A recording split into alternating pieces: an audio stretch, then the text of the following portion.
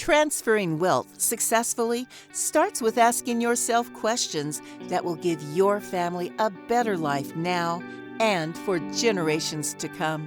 In this podcast, financial professionals John and Michael from Beech Financial Group guide you through eye-opening questions to help you discover the truth about your wealth. Now, on to the show. Hello and welcome to The Truth About Wealth with John and Michael Parise of Beech Financial Group. I'm really excited because today, John and Michael are going to start a new series, and it's a series of case studies, meaning they're going to look at one of the families that they worked with and really tell the audience exactly what they did with that family, what their needs were, how they met them, how they came to start working together, what the process looked like, and then kind of what the conclusion and or kind of how they're doing now. It's one of those shows where you say, hey, where are they at now? We always like those. So, gentlemen, I'm excited to get started. John, Michael, hello.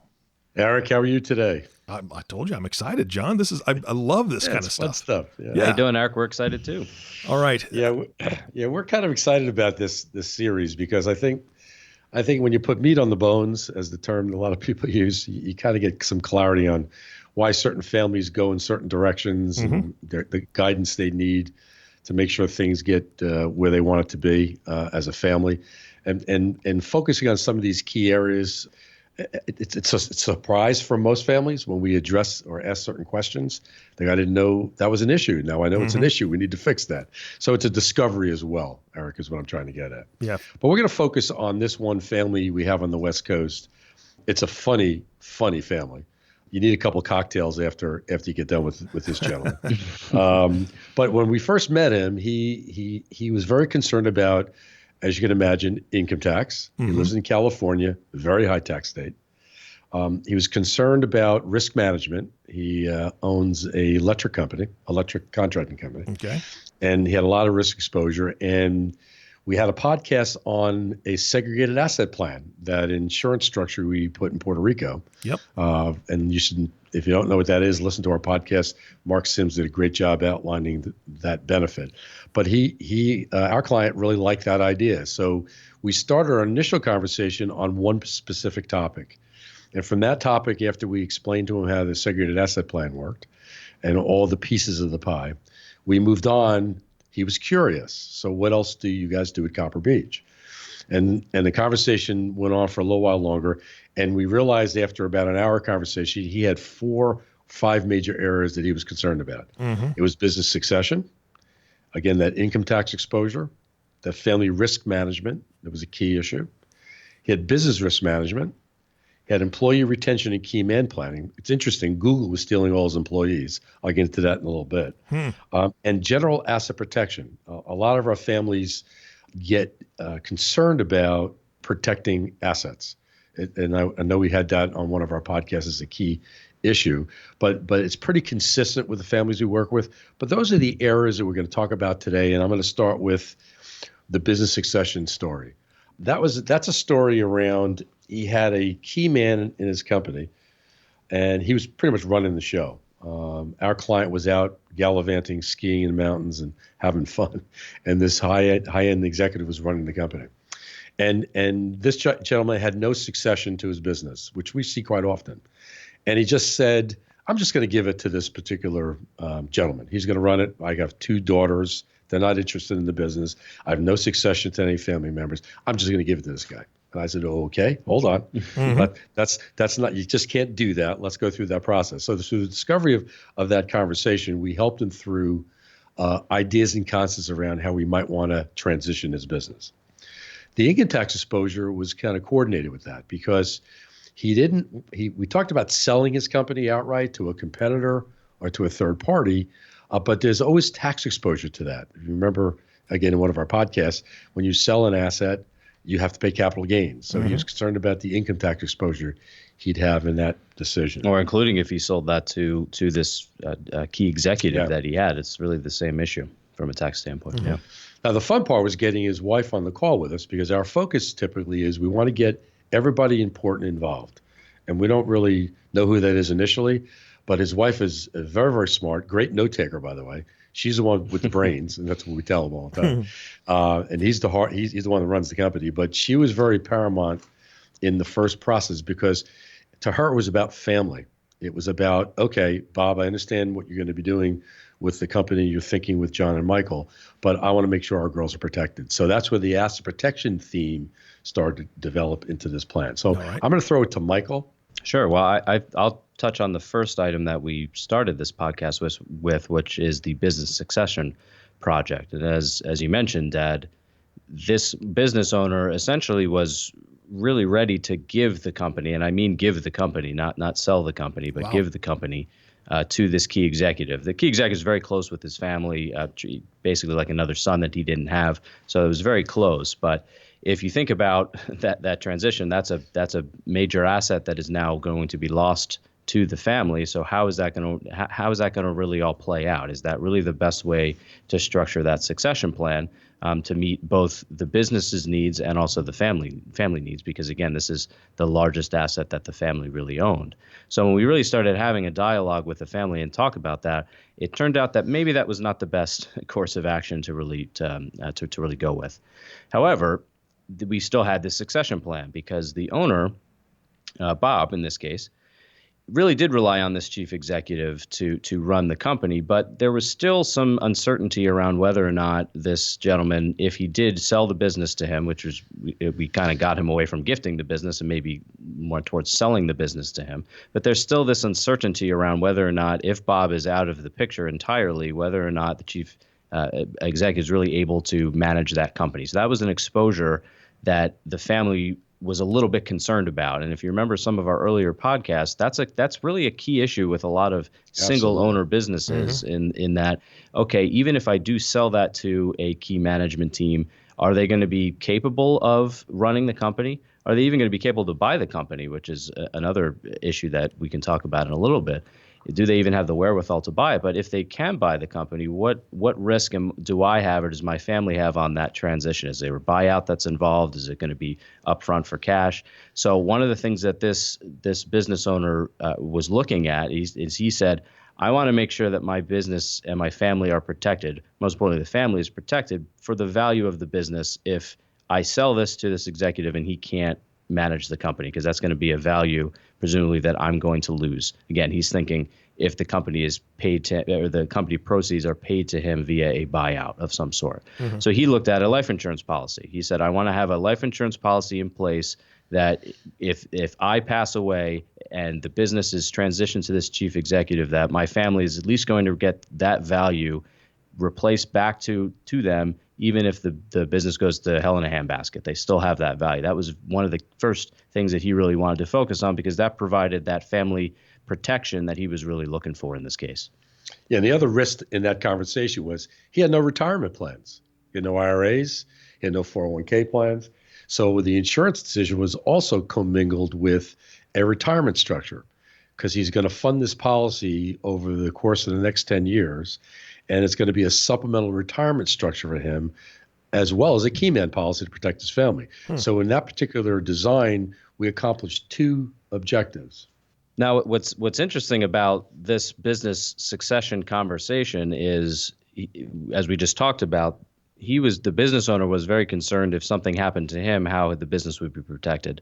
He was also concerned about if this key executive were to pass away, how is that going to affect his business? And you'll see that this is really a big key theme for this case is employee retention and recruiting was a really, really key part. And we'll get into a little bit why, in addition to this, that was a key point for the family. But he was really concerned. He said, this young executive that I have, he's really running the day-to-day operations. If I lose him, if he gets hit by a bus, or he goes and gets a better job elsewhere, how am I now the business is really going to be jeopardized. So he looked at a key man insurance structure to help protect the business as well. And he also made that available to this key executive through a deferred compensation plan down the road. So in the event, a lot of ways that these policies are designed is that they benefit the company in the event that the executive passes away, but it also in the event that the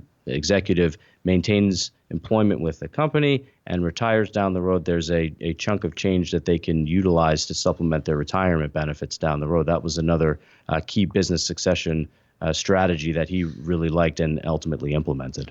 Now, Nice. if you listen to Michael's points and my points, let's go backwards. The focus was business succession. We handled that issue.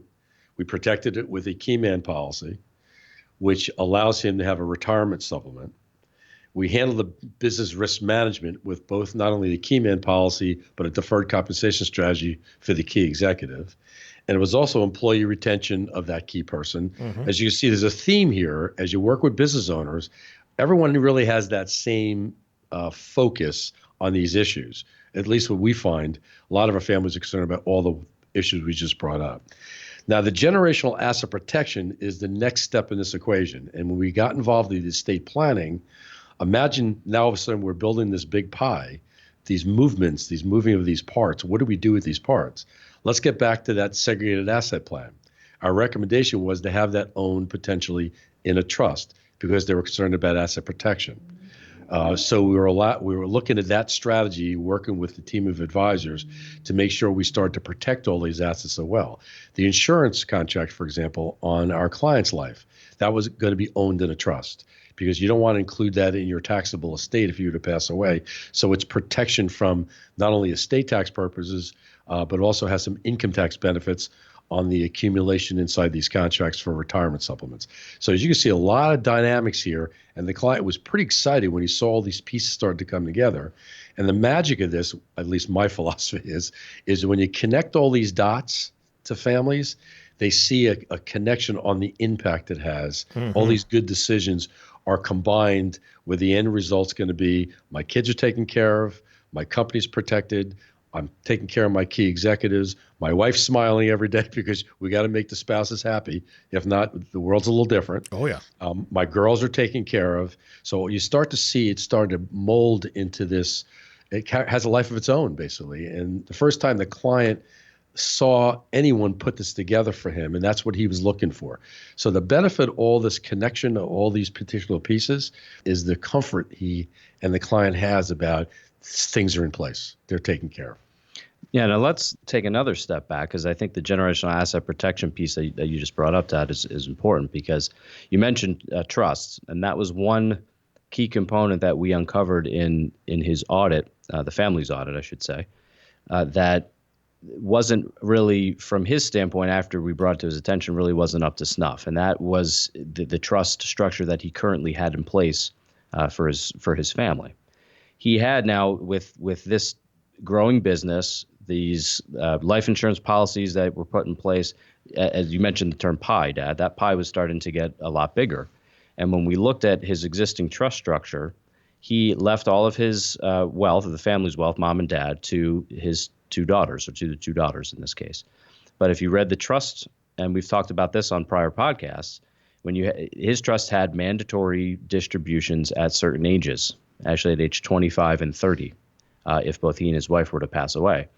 And at the time, they were both over the age of 25. So if the husband and wife had passed away, there was some percentage of the estate that was going to go out to his children outright and free of trust. So again, that larger pie was now going to be in their ownership personally.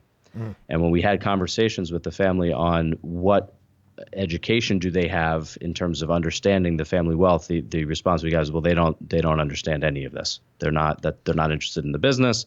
They're not married. They really don't understand financial management at all, which is an ongoing project that we're working on with them to this day.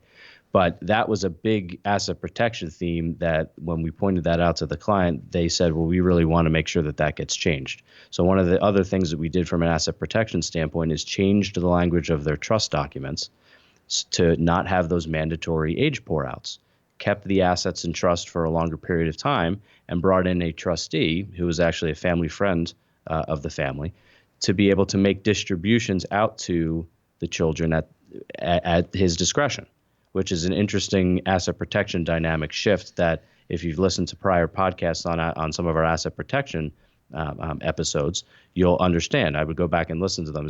We can go into a lot more depth there than we can today. But that was another key project that we worked on that the family really wanted to make a priority at the get-go. Now this is phase one. I hate to say this. This is phase one of our relationship with this family. The next couple years, phase two started to show up. And phase two is a reference point to the business. If you remember initially, we said when we first started the podcast that he wanted to give this company to this key executive. And no succession. The girls didn't want the business, and he was just going to give it to him. Well, we figured out a way to say, okay, there's a better way to skin this cat. Why don't we sell it to an ESOP? Remember, he's very focused on retention and recruiting employees, because Google on the West Coast steals everybody's employees. They just steal everybody. So he was losing some talent from his company. So one of the discussions we had was, well, why don't we look at an ESOP, and let me show you what the ESOP can do. It can help you with retention and recruiting. Because remember, if you go back to our ESOP podcast, ESOPs are like a qualified plan. Every participant in the company owns a piece of the company once it's sold to that ESOP. So the employees take a different attitude towards, hey, I own this company. The more successful it is, the more my account balance grows for my retirement. Absolutely. So to start to switch a little bit, and to this day, they tell us that the employees are all in.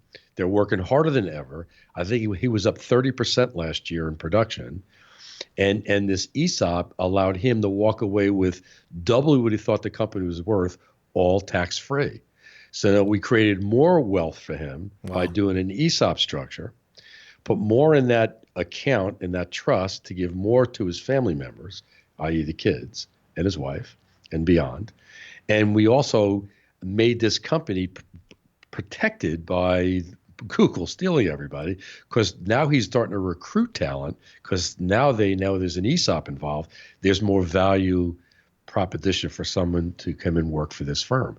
So if you look at the succession thought process here, it really started to develop with him.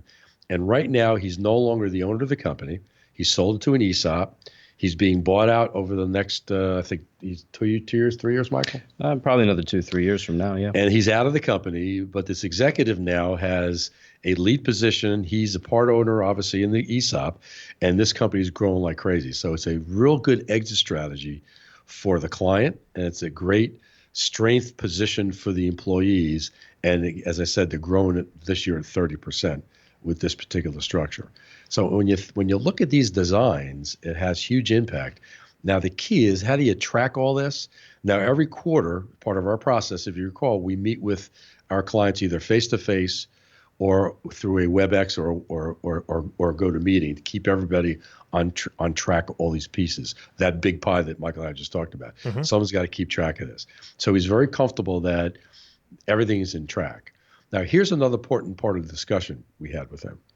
I said to him, if you die tomorrow, Bob, who's gonna run the wealth for the family? Who do you trust as one of your advisors? And he said, that's what I hired you guys to do. So he looks at this component of the process that he wants for his family, to have someone guiding his wife and his girls and anybody else that's a member of his family down the road of life. So there's a lot of moving parts of this trust structures, but the end result is the assets are protected. The business was sold to an ESOP. All the protection was put in place. The insurance structure, we didn't decide to put that inside a trust for a couple of reasons, but that was just closed down because when he did the ESOP, he could no longer fund an insurance company on his behalf. Yeah, private insurance. Private insurance company. Yeah. The business risk management was depleted, and the employee retention was at a greater level. So if you look at these 5 areas, just with this particular client, it accomplished everything he wanted to accomplish. Now, what's interesting as well, because all of this, all the things we just talked about, probably were the first 2 to 3 years of our relationship with the family. These are sort of the projects that we were tasked with really focusing on. And now what we're starting to see, again, with the company in particular, the company is now owned by an ESOP, which we just talked about. The key executive is now really, for the most part, running the show. But now the company still has a business succession issue, believe it or not. We still have this key executive who's really running the company now.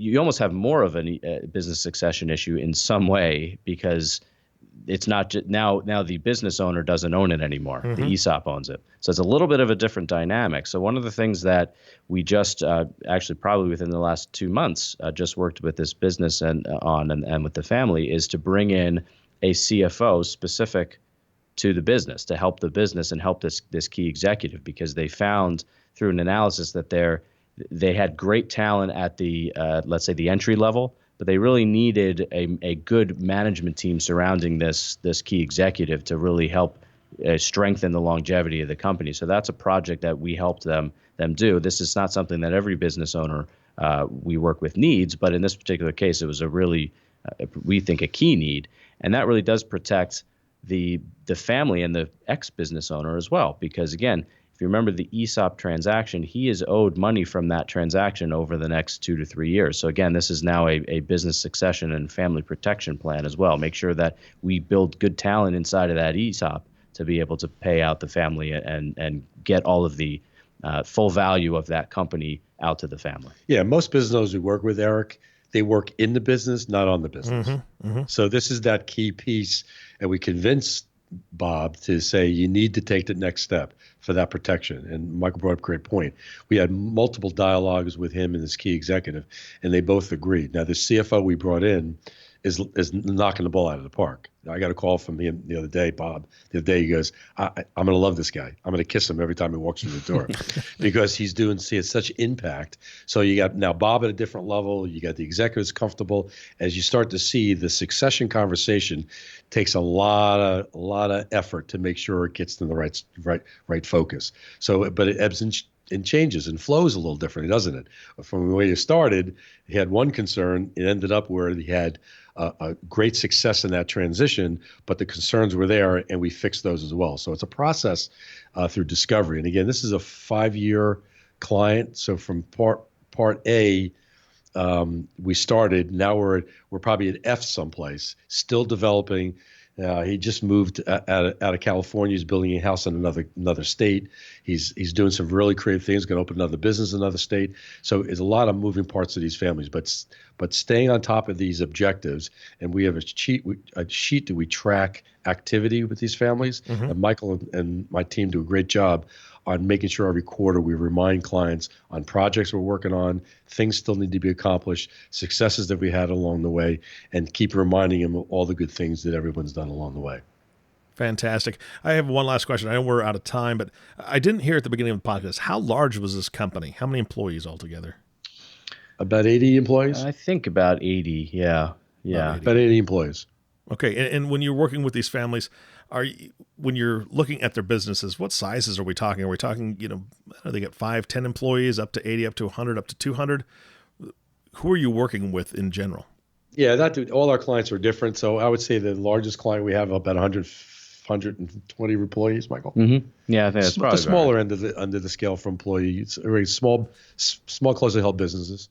But I think that's a good question. The employee number isn't as much of a concern, if you will, of us. We have a lot of families on our platform that have a few employees. It really, the type of industry or the type of business, to a large degree, we're sort of agnostic to. It's really, again, that family CFO role that we take very often doesn't matter what type of business we have. Therefore, the employees aren't as important. But I think, the largest is probably about 120 employees. Yeah, and I asked that question because I know in this series, and I want to just let the audience know, this series is not going to be sequential.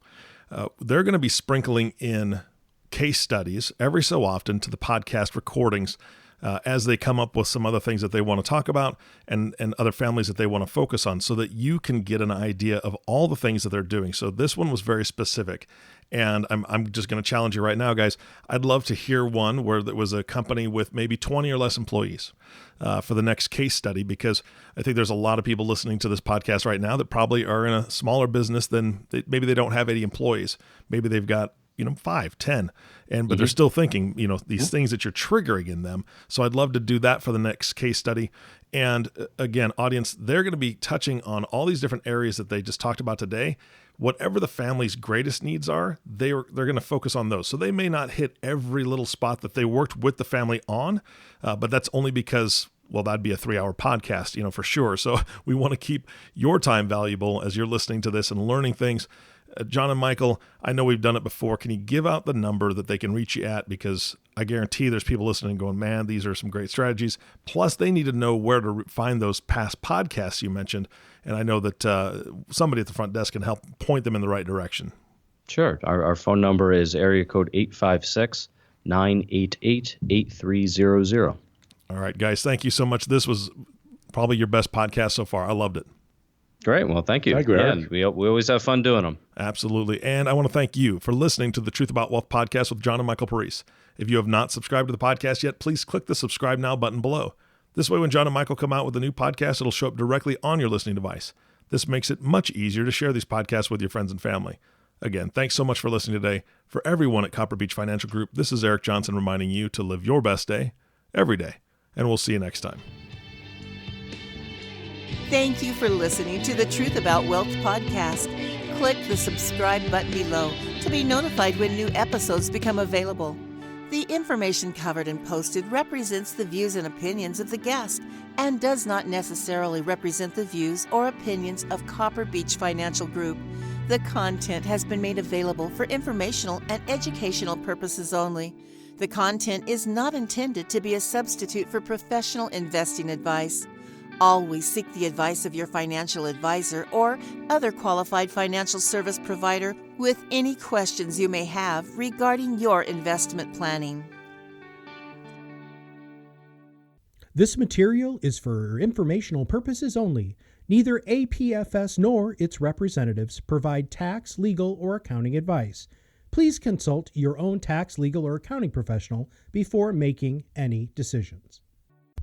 Securities offered through American Portfolio Financial Services Incorporated, a member of FINRA SIPC. Investment advisory and financial planning services offered through American Portfolio Advisors Incorporated, an SEC-registered investment advisor.